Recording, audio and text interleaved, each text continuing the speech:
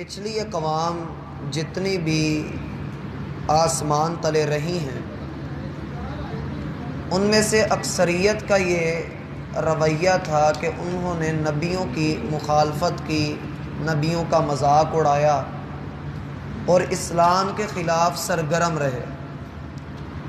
ایسی تمام تر اقوام کو اللہ سبحانہ و تعالی نے ہمارے لیے عبرت کا نشان بنایا۔ ہم دیکھتے ہیں کہ قرآن کریم کے اندر تقریباً 15 اقوام کا ذکر موجود ہے اور بعض نے اس سے زیادہ تعداد بھی ذکر کی ہے۔ یہ جتنی بھی اقوام ہم سے پہلے گزری ہیں، قوم عاد، قوم ثمود، مدین والے، اصحاب الحجر، بنی اسرائیل اور دیگر اقوام جتنی بھی گئی گزری ہیں، ان سب کے ساتھ اللہ سبحانہ و تعالی کی رحمت بھی ہمیں نظر آتی ہے۔ اور جب انہوں نے اسلام کے مزاج کو نہیں سمجھا اور اسلام کو مذاق کا نشانہ بنایا، اسلام کی باتوں کو تسلیم نہ کیا، تو اللہ نے سب کو تباہ و برباد کر دیا۔ کسی کے بارے میں آتا ہے، جیسا کہ ہم نے سورۃ العنکبوت میں 20ویں پارے کے آخر پر پڑھا تھا، کہ کتنے لوگ ایسے ہیں جن کو اللہ رب العالمین نے غرق کر کے ہلاک کیا، کتنے لوگ ایسے ہیں جن کو اللہ رب العالمین نے زمین میں دھنسا دیا، کتنے لوگ ایسے ہیں جن کو اللہ رب العالمین نے آسمان سے پتھر کی بارش نازل کر کے اللہ نے ہلاک کیا، کتنے ایسے ہیں جن کو چنگاڑ کے ذریعے سے ہلاک کیا گیا۔ تو مختلف اقوام پر مختلف طرح کے عذاب آتے رہے ہیں۔ یہاں پر جو قوم ہے جس کے بارے میں ہم پڑھ رہے ہیں کہ ان کو 3 رسولوں نے سمجھایا، تو ان کو رسولوں کا یہ سمجھانا راس نہ آیا۔ ایک عام آدمی شہر کے پرلے کنارے سے اٹھ کر آتا ہے، وہ انہیں سمجھاتا ہے تو قوم اسے قتل تک کر دیتی ہے۔ یاد رہے کہ دین کا کام کرتے ہوئے اگر بندے کو اپنی جان سے بھی گزرنا پڑے تو بندے کو اس معاملے میں عزیمت کا راستہ اختیار کرنا چاہیے، جان قربان کر دینی چاہیے۔ اب اس شخص کو تو اللہ رب العالمین نے جنت میں بھی داخل کر دیا، بخش بھی دیا، عزت والے لوگوں میں بھی شامل کر دیا، لیکن ساتھ ہی ساتھ اللہ تصویر کا دوسرا رخ بھی دکھاتے ہیں۔ فرمایا وَمَا أَنزَلْنَا عَلَىٰ قَوْمٍ، ہم نے اس قوم کے اوپر، کون سی قوم تھی اللہ بہتر جانتا ہے، لیکن اس کا انداز، اس کا رویہ ہمارے سامنے ہے کہ یہ بھی پچھلی قوموں سے کوئی نئی قوم نہیں تھی، یہ بھی پہلی اقوام کی طرح تکذیب پر، مخالفت پر، بغض پر، عناد پر، بغاوت پر اتری ہوئی تھی۔ اس قدر سرکشی کہ 3 رسول آ جائیں، ایک بندہ اٹھ کر سمجھا رہا ہو اور انہی کی دکھتی ہوئی رگ کو پکڑ کے توحید کی دعوت دے رہا ہو، آپ اس کی بات کو مان ہی نہیں رہے ہیں۔ اللہ فرماتے ہیں وَمَا أَنزَلْنَا عَلَىٰ قَوْمِهِ مِن بَعْدِهِ مِن جُنْدٍ مِّنَ السَّمَاءِ، آسمان سے اللہ نے اس قوم کو ہلاک کرنے کے لیے کوئی اسپیشل لشکر اتارا ہی نہیں۔ اس سے کیا معلوم ہوتا ہے؟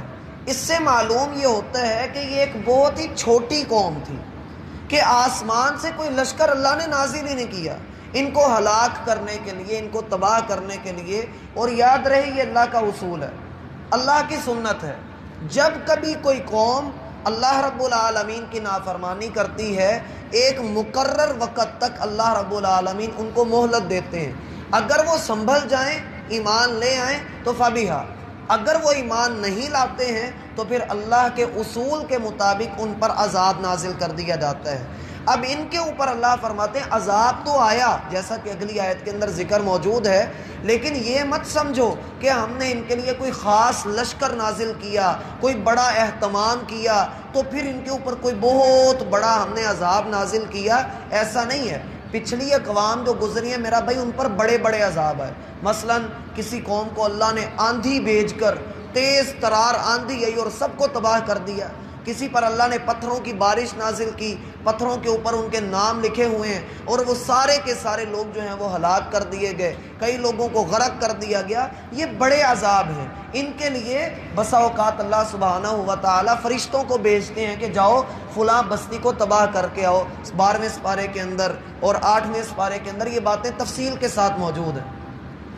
لیکن یہاں جس قوم کے بارے میں بات ہو رہی ہے، یہ ایک چھوٹی سی قوم، اور بعض اہل علم نے کہا کہ اس کی حقارت کی طرف اشارہ ہے، کہ انتہائی حقیر اور بدترین لوگ تھے کہ 4 لوگوں کے آنے کے بعد بھی انہوں نے ان کی بات کو تسلیم نہ کیا۔ اللہ رب العالمین نے ان کو ہلاک کیا۔ ہلاک کرنے کے لیے اللہ نے کوئی بڑا لشکر ان کے لیے آسمان سے نہیں اتارا۔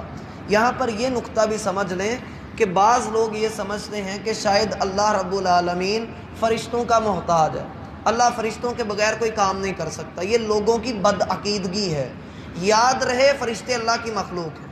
اللہ رب العالمین فرشتوں کے ساتھ جیسا چاہے معاملہ کرے، ان کا ہم سے افضل ہونا اس لحاظ سے ہے کہ وہ اللہ کا کوئی حکم ٹالتے نہیں ہیں۔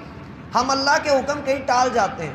اگر ہم بھی اللہ کا کوئی حکم نہ ٹالیں تو ہم فرشتوں سے بھی افضل ہیں، لیکن اگر ہم اللہ کا حکم ٹالتے ہیں تو پھر فرشتے ہم سے افضل ہو جاتے ہیں۔ یہاں یہ بات ذہن میں رہے، اللہ رب العالمین کے لیے کوئی بھی کام کرنا کسی بھی طرح سے مشکل نہیں ہے۔ اذا اراد امرا، جب اس کا ارادہ ہوتا ہے کوئی کام کرنے کا، کہتا ہے کن کہ ہو جا فیکون، وہ ہو جایا کرتا ہے۔ اللہ فرشتوں کا محتاج نہیں ہے۔ یہ بعض لوگوں کے اندر بدعقیدگی ہے، وہ یہ سمجھتے ہیں کہ شاید اللہ رب العالمین فرشتوں کے بغیر کچھ کر ہی نہیں سکتا، تو ایسا نہیں ہے۔ ہر چیز ہی اللہ کا لشکر ہے۔ فرشتے اللہ کی ایک مخلوق ہیں، اللہ کا ایک لشکر ہے، اور اللہ کے کتنے لشکر ہیں ہم نہیں جانتے۔ اللہ کا فرمان ہے ما یعلم جنود ربک الا ہو، تیرے رب کے جتنے بھی لشکر ہیں وہ وہی جانتا ہے۔ فرمایا آسمان سے ہم نے کوئی خاص لشکر ان کو ہلاک کرنے کے لیے نازل نہیں کیا۔ یہاں پر بات مکہ والوں سے کی جا رہی ہے۔ مکہ والوں کو یہ بتایا جا رہا ہے کہ بدر کے اندر فرشتے نازل ہوئے تھے، احد کے اندر، حنین کے اندر، تبوک کے اندر اللہ رب العالمین نے فرشتوں کو نازل کیا۔ تو یہ مت سمجھو کہ مسلمانوں کی مدد فرشتوں کے ساتھ ہی ہوتی ہے۔ اللہ رب العالمین فرشتوں کے بغیر بھی مدد کر دیتا ہے، جیسا کہ یہاں پر اللہ نے بغیر فرشتوں کے ہی اس قوم کو ہلاک کر دیا، اور فرمایا وما انزلنا علی قومہ من بعدہ من جند من السماء، آسمان سے ہم نے کوئی لشکر ان کے لیے نازل نہیں کیا، وما کننا منزلین، اور ہم اتارنے والے بھی نہیں تھے۔ مراد یہ اس کی ضرورت ہی نہیں تھی کہ ہم فرشتوں کا ایک لشکر اتارے ان کو تباہ کرنے کے لیے۔ ان کانت، کچھ بھی نہیں تھا، ان کانت، ان مگر کانت تھا، ان کانت کچھ بھی نہیں تھا، الا صیحۃ واحدۃ، اس قوم کو تباہ کرنے کے لیے ایک چیخ ہی کافی تھی۔ صیحہ کہتے ہیں چیخ کو، اور گڑ گڑاہٹ کو بھی صیحہ کہتے ہیں۔ ایسی گڑ گڑاہٹ، صیحہ ایسی گڑ گڑاہٹ کو کہا جاتا ہے جو عام طور پہ ہم سنتے ہیں بجلی کے کڑکے کے بعد، بادلوں کا گرجنا ہم جسے کہتے ہیں۔ یا بعض اہل علم نے کہا کہ جب زلزلہ آتا ہے تو زمین کی جو گڑگڑاہٹ پیدا ہوتی ہے وہ اس قدر خوفناک اللہ نے ان کے اوپر بھیجی کہ فَإِذَا هُمْ خَامِدُونَ، ان کی زندگی کی رمق اور ان کی زندگی کی آگ ادھر ہی بجھ کر رہ گئی، وہ سارے ہی مار دیے گئے، گویا کہ انسان کی کوئی حیثیت ہے ہی نہیں۔ ادھر ہمارے ہاں کوئی اونچی آواز آ جائے تو ہم کہتے ہیں کان کے پردے پھٹ رہے ہیں، یہ ہو رہا ہے، وہ ہو رہا ہے، دل منہ کلیجہ منہ کو آ گیا ہے، دل جو ہے وہ پھٹنے کے قریب ہے۔ تو یہ کیفیات ہیں جو انسان کی کمزوری کی طرف اشارہ کرتی ہیں۔ تو ان لوگوں کو تباہ کرنے کے لیے، ہلاک کرنے کے لیے اللہ رب العالمین فرماتے ایک چیخ ہی تو چاہیے تھی، اور اس چیخ کے ذریعے اللہ نے ان کو تباہ کر دیا۔ معلوم یہ ہوتا ہے میرا بھائی اس پورے واقعے سے کہ جو بندہ اللہ کی بات نہیں مانتا، وہ چاہے دنیا کے اندر مارا نہ جائے لیکن اس کا ضمیر ضرور مار دیا جاتا ہے، اس کا ضمیر مر جاتا ہے، پھر وہ حق کی طرف نہیں آتا۔